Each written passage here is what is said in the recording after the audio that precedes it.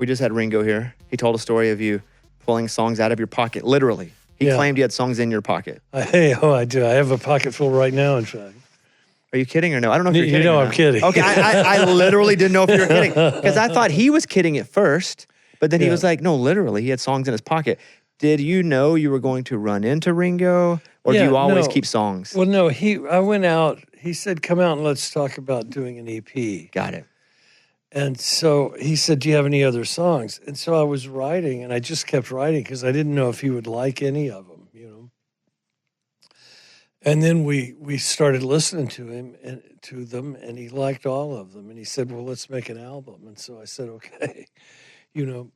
And it was really sweet of him to say these songs were written by somebody who knows him. Because I know him. I don't know him personally as well, but I know him aesthetically and artistically really, really well. I understand where he's coming from. Where, you know, you can when we're doing these movies, the first thing we do is do a history of the character. Like the first song when we did Crazy Heart, Jeff was playing a singer called Bad Blake, and so we had to come up with a history for him, and it was, what was the first song you ever heard? What was the first record you ever bought? What was the first song you ever wrote? Who, you know, what singers influenced you? What record? You just put a whole history together. Well, you know, Ringo had a whole history that I could refer to, and also I was in 1964 when the Beatles came out. I was 16, so I was in the perfect place to receive that gift that they poured out to all of us. And how long until it became a real project? This one? Yeah. It kind of was for me as soon as he said write a song for me, I wrote that song that he whistles on called Come Back When You Go Away. Because I wanted to write him a Gene Autry song. And because I knew, well, first of all, Ringo Starr sounds like, the sheriff of Tombstone, Arizona or something. Yeah. It was a cowboy name in the first place. And I also knew the Lightning Hopkins story that he told. And I just knew where he was coming from. You know, all the Beatles things he did, with the exception of Good Night, probably, or Little Help from My Friends, even that's a country song. Like Photograph that's a song he and George Harrison wrote. It's still very much like a country rock song today. In fact, if the Beatles came out today, they would be considered a roots rock band. I agree, especially the early version before the 70s. They very much would be that. Yeah, they were early on they were a cover band, and they were covering Chuck Berry and Buddy Holly and Gene Vincent and Eddie Cochran and Little Richard, all the same stuff we were playing in Texas in 1964 and 65. Did you have to give him, or what guidance did he ask for either way when doing this record? Because again, it feels so natural. He didn't ask for any, and I didn't offer any either. I did. Once he said he liked the songs, then I came back and added a few pieces. Mostly they were cut by Daniel Tashin, Dennis Crouch, and I played the tracks. Dennis Crouch is at the current time, he's the world's greatest string bass players, rockabilly slap bass player, but he plays great jazz, he plays jump, blues, he plays bebop, he plays everything. He plays with Diana Krall, and he plays with Robert Plant and Alison Krauss. So we cut the tracks, and then I went out and sat with Ringo for an afternoon, and he recorded four of the songs on drums, 2 takes, just as he said. And that was a thrill for me because I was sitting really a little further than we're sitting apart now while he was playing, and just was sitting there listening to him play live was thrilling, really. All those cymbals on the record are the cymbals from the Beatles records. He hasn't cleaned them in 50 years or 60 years, whatever they are. So they're the same cymbals, and I recognized the sound of the cymbals immediately, and then he he was showing me the hi-hats. I said, because his approach to the hi-hat was unique. Nobody's ever played that sound that way, and it was thrilling. It was a very exciting frequency, and I realized that the way he played the hi-hat was very much a part of the reason the girls screamed, because he was setting off that energy, that the hi-hats were screaming, Little Richard screamed, Paul McCartney screamed. There was that crazy energy in it. In fact, I was listening. The Beatles on their first trip over here played a show in Washington D.C. In the Round, and I was watching a video of that, and they played everything incredibly fast. It was just all, we're going to get you. And they got us, they did it. Sonically, it made sense, which I didn't know if if I'm being honest, I was like, okay, well, I'm curious to see what this sounds like. Oh, this record? This record, yeah, specifically. Yeah. Sonically, it made way more sense in the best way than I didn't have an expectation at all. Oh, well, that's good. Yeah. Well, I just wanted to thread back directly to Honey Don't and Act Naturally and even What Goes On, all of these extraordinary country rock, they were the first country rock band. The first country rock recording was I Don't Want to Spoil the Party. And almost all country music since then, certainly all the country music today, goes back to that one recording, to the way he played the hi-hat, the way the Willie Cantu with Buck Owens' band played the hi-hat, a similar feel on the hi-hat. And Buck Owens was considered the rockier side of country music at the time, You mentioned Jeff Bridges a second ago, and when I talk about advice or help, I feel like you were instrumental in helping him be a country, or at least understanding country music. Do you feel that way? Jeff, you mean? Yeah. Yeah, I think so. I mean, when we were putting Bad Blake together, Jeff has a deep baritone voice, and so he couldn't sing that kind of twang, what they call twang country sound of Merle Haggard or Lefty Frizzell, that kind of stuff. But what he could sing was Don Williams, who's one of my favorite singers anyway, and he could sing Leonard Cohen type songs. So I sort of showed him into the world of country music through that. But he looks a lot like Christopherson in that movie. Yeah. And he and Chris, we all made a movie together in the 70s called Heaven's Gate and spent a great deal of time together. So Jeff's been into music since as long as I've known him, for 50 years. So, but I was able to lead him into that part of country music that he, I don't think he really knew Don Williams at the time. Some pretty iconic movies that you've been responsible for the music. Walk the Line comes to mind. And again, you've worked with Johnny, and then you're working with somebody that's playing Johnny. Do you put a pressure on yourself for it to be authentic as possible? Yeah, definitely. I mean, I don't like biopics myself. Like, I haven't seen the new Dylan biopic. I haven't seen it either yet because I don't go to the theater. When it streams, I'm in. Well, the thing about these singing stars, these performers, they have a certain charisma that is uniquely them. And you can see Bob Marley, you can say that about Ray Charles, certainly Dylan.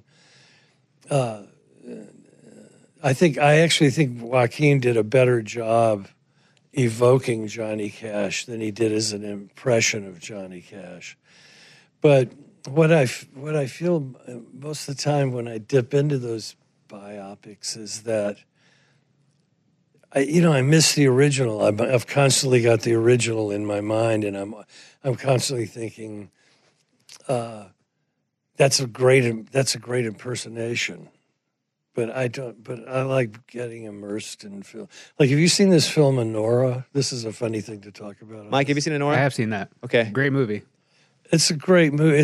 I just voted for it. I'm not supposed to say this, but I voted for it for everything that it was up for because... What's it about?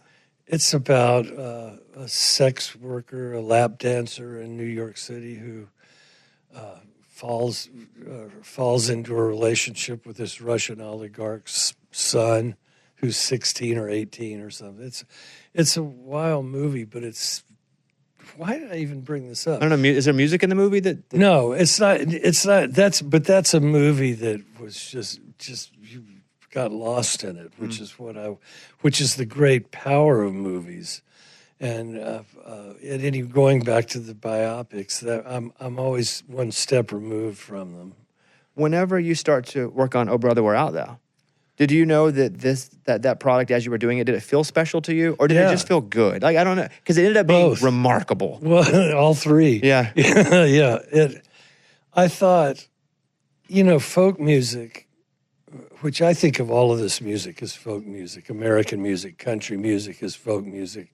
Hip hop is folk music. It's all music that comes up from the street, from the ground, But when we started "Oh Brother, Where Art Thou," there had been folk music had been out of the mainstream for quite some time, and I thought we have all of these extraordinary underappreciated artists like Ralph Stanley, and we had a George Clooney movie to shine a light on them. Thank you.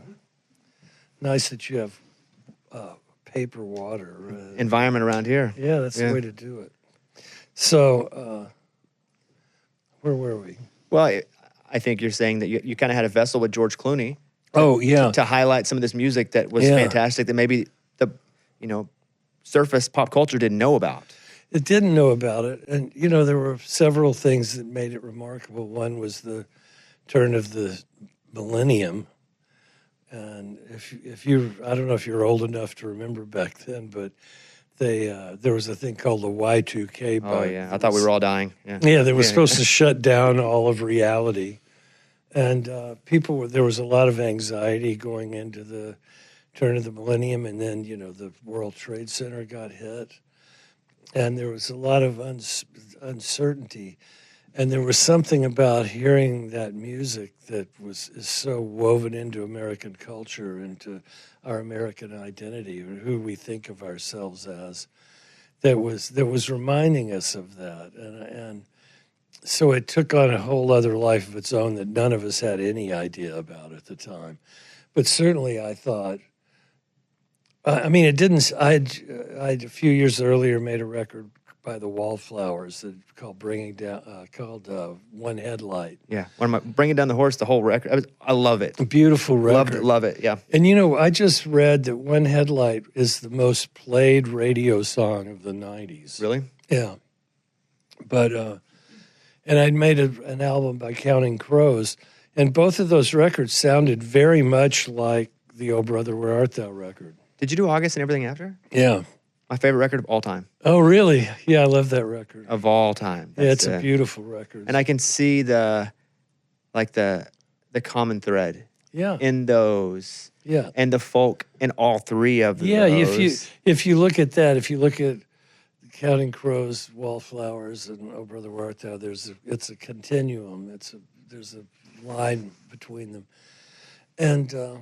And so, those records had sold 10 million records or something. So I thought there was every good chance that this could sell too, because we had a movie. It was music that wasn't getting played on the radio, but the movie theater becomes a pretty good radio station. Yeah, and exposes a lot of people to something they wouldn't have gotten anywhere else. Yeah, and you hear it through good speakers. And you trust George Clooney because he's just good looking and he's like the star that you feel like like all of that.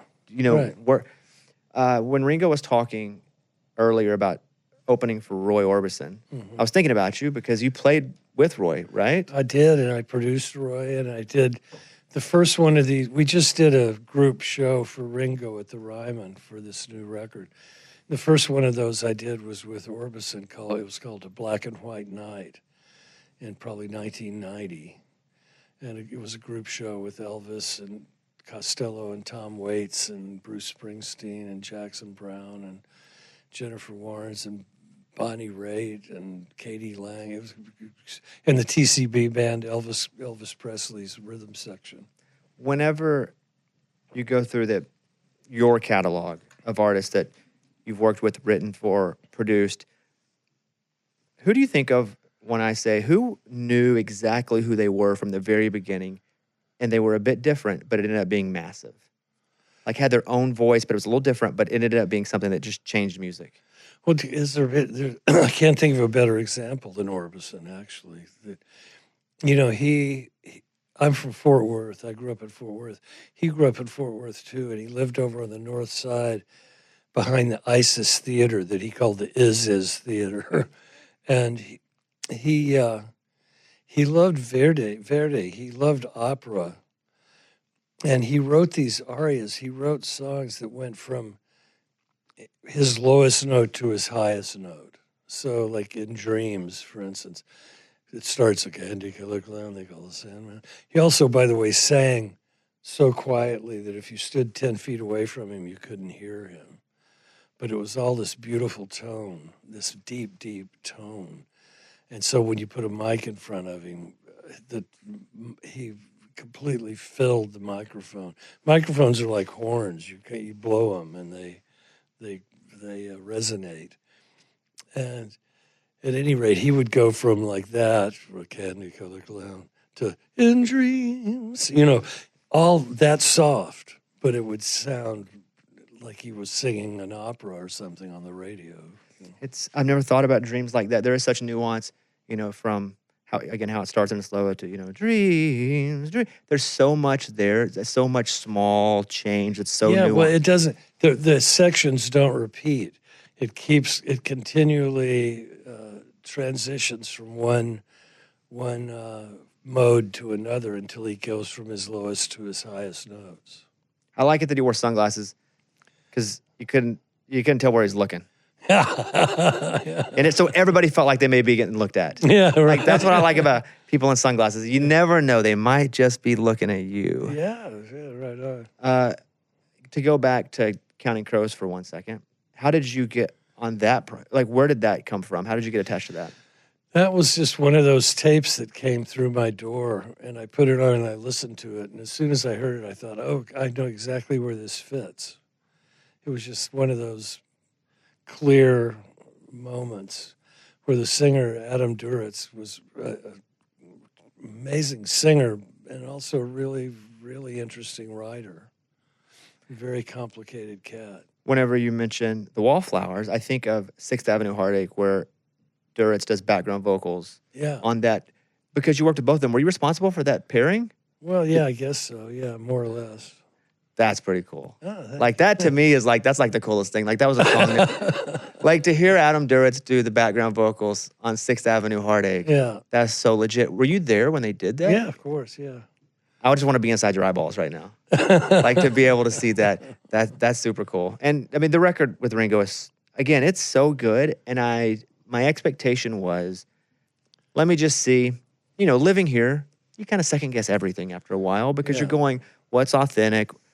What's the reason they're doing it? Because Ringo doesn't need to do anything. No, he doesn't need to do a single thing. Right. And I just found it to be, one, a breath of fresh air and not contrived at all. No, it's not contrived. And just very natural. The thing about Ringo, he says, I'm in the band. He's a musician. He's an honest-to-God musician. And you can watch him play drums, and you can tell by the way he holds his mouth that he's a musician, because you just know he's feeling it, and it's something that he. So he became a massive international star, instant worldwide name recognition, all of that stuff. But under that, who he actually is, he's a musician. And I personally love musicians. I've lived my life among musicians, and I find them to be. Well, I find them to be the hope for the world, actually. I mean, if I may go on for a moment. Please do. String theory, and there's a song about this on Ringo's record, but string theory says that all of the things we see are the notes of the strings vibrating beneath them. So if that's true, and I buy that, it resonates with what I know about life, then music is what we're all made of. we're actually we're actually a song. We're in a song, and So we're all vibration. we are all vibration. You a quantum physics guy? Yeah, actually, yes. But a little. I mean, you know, I'm a hillbilly guitar player, but so I'm not going to put any fine jackets on myself. But I can understand this stuff. Yeah, to a certain I love degree. string theory. Like I'll read about that for days. When you Yeah, brought that up, it perks me up a little bit. Yeah, I love like it that. too. But because I think it's right. You know, I also I know that I believe that if the human race is going to be saved, that it's the artists who are going to save it. The religious people aren't. They're obviously completely losing their moorings. And every religion around the world is going crazy. The scientists aren't going to do it. They're the ones screwing everything up right now with their idea of the binary universe, where you can reduce everything to plus or minus. The politicians aren't going to do it, obviously, because they're even going crazier than the religious people. So, like, who's left? The business people aren't going to do it. So if the race is going to be saved, it's going to be the artists who do it. Then I'll go off for a second and just ask this question that has nothing to do with other than what you're talking about, because I find that even being a bit of a historian in country music, but in folk music in general, it seems like the most meaningful music comes from when times are troubled. Yeah, I think that's right. Do you feel like we're getting there again? To a time when we're going to have meaningful music? To a time where music will be made with an absolute social purpose. Well, you know, I would say it's all made to a social purpose. But I know I know the question you're asking. Yeah, I think, look, the story of the United States can be told through music. Like, for instance, the song. There's a song that's been sung for 150 years or something. The most recent version of it is "Blowing in the Wind" by Dylan. Before that, there was a song called "We Shall Overcome," which is the same song, which was written for a social purpose. Before that, and that was in the 40s, "We Shall Overcome" got written. "Blowing in the Wind" was written in the early 1960s. Then there was a song called "No More Auction Block." That's the same song that was written soon after the Emancipation Proclamation. But before that, there was a song called "Nearer My God to Thee" that was written in 1840. And it's all the same song. If you go, "How many roads must a man walk down? We shall overcome. No more auction block for me. Nearer my God to Thee." They're all there's this melody, there's this American air that has been repurposed again and again to pull the country together, to bring people into harmony with each other. So yeah, I do. I feel like if it's going to happen, it's going to be music that does it. And I do believe that there are a lot of really smart young artists who are emerging right now, and we'll see who comes up with the song. Because at the end of the day, it's all the song that matters. Just two more questions. You mentioned you hadn't seen the Bob Dylan movie yet, which I haven't either. And me from a distance, like I've read Dylan's books, obviously heard all the music through all the versions. Again, haven't seen the movie yet. But I also wasn't as close to him. I didn't play with him like you did. I didn't produce. So do you look forward to watching something you kind of know the story to? Or are you like, man, if I watch this, I'm going to know some of it isn't exactly accurate? Well, I'm not going to watch it. I'm pretty sure I won't see it because you're not going to watch it? No, I would have I love Bob. And so you don't want to watch it and be like, well, that's not true. Like have your own personal. Yeah.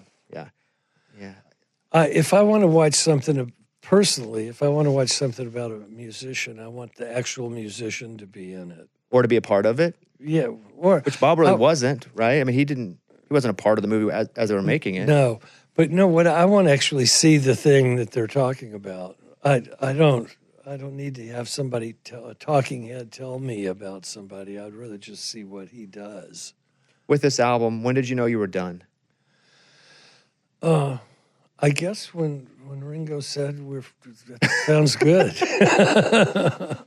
That would be a good time to quit. Yeah. Ringo's like, we're good. Did you cut any other songs that aren't on the record, that didn't make the record? I did. In fact, I've got about 5 or 6 more that we may get into at some point.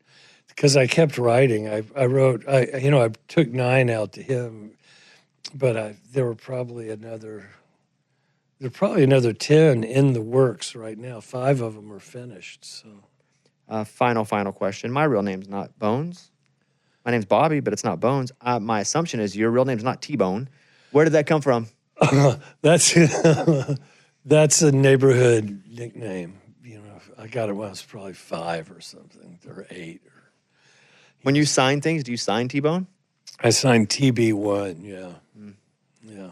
When did you decide to go with that as like your name? I tried to shake it for decades and couldn't do it. Well, I am a massive fan. You've been Thank you. such a fundamental part of my life through music. And so it's a real treat to be able to spend time with you for that reason, but also the record's great. Like, it really is great. Thank you, Bobby. And I didn't have an expectation of it to be good or bad. I didn't know. And it really is great. Well, thank you. Yeah. I appreciate it. So, I love it too, and I love Ringo, and I love that he's getting this moment in his 3rd act too. It's very well deserved. Well, thank you for the time. Everybody check out the album. That's it. Awesome.